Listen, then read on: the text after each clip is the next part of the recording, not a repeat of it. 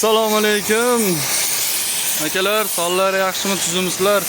Kimga qanaqa narsa kerak bo'lsa, shu konteynerga oid yo naves qilmoqchi bo'lsa yoki bir polga konteyner pol qoqmoqchi bo'lsa yoki bir zabor qilmoqchi bo'lsa, yo biror nimaga ishlab chiqarishga ishlatadigan narsalar bo'lsa yoki tekis holatdagi listlar kerak bo'lsa, bemalol murojaat qilaverasizlar. Nomerimiz shu YouTube kanalimizda bor. Mana bunday holatdagi pollarimiz bor. O'sha uylarga qoqsa bo'ladigan bemalol. Keyin har xil razmerlardan bor. Bu katta, kichkina, bu har xil razmerlar bo'ladi. U narxini telefon orqali kelishamiz. U endi kvadrati 70 mingdan 120 minggacha bo'ladi. Mana bunday holdagi lagalarimiz bor. To'sirlikka ishlatadigan yoki xorillikka ishlatadigan lagalar. Mana bunday stoykalarimiz bor. Bemalol murojaat qilaverasizlar. Manzil Guvayda tumani Dehqonobod qishlog'i. Bemalol murojaat qilaverasizlar. Mana shu holdagi konteyner mahsulotlar bor. Yana bir buni zo'r tomonlari nimaki ishlab chiqarish bo'lsa, nimaki bir nima kerak bo'lsa, bemalol murojaat qilaverasizlar. Hamda holda xo'p. Sizlarga yana bir narsalar ko'rsatamiz.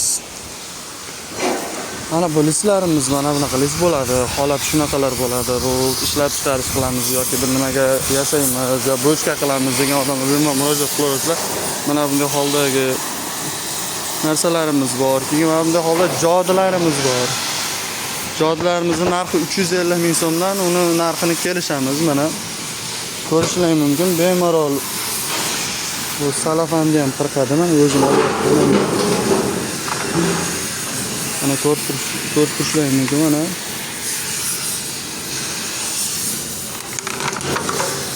Mana o'zingizlar ko'rib turibsizlar, bemalol sotadi, tunuykami.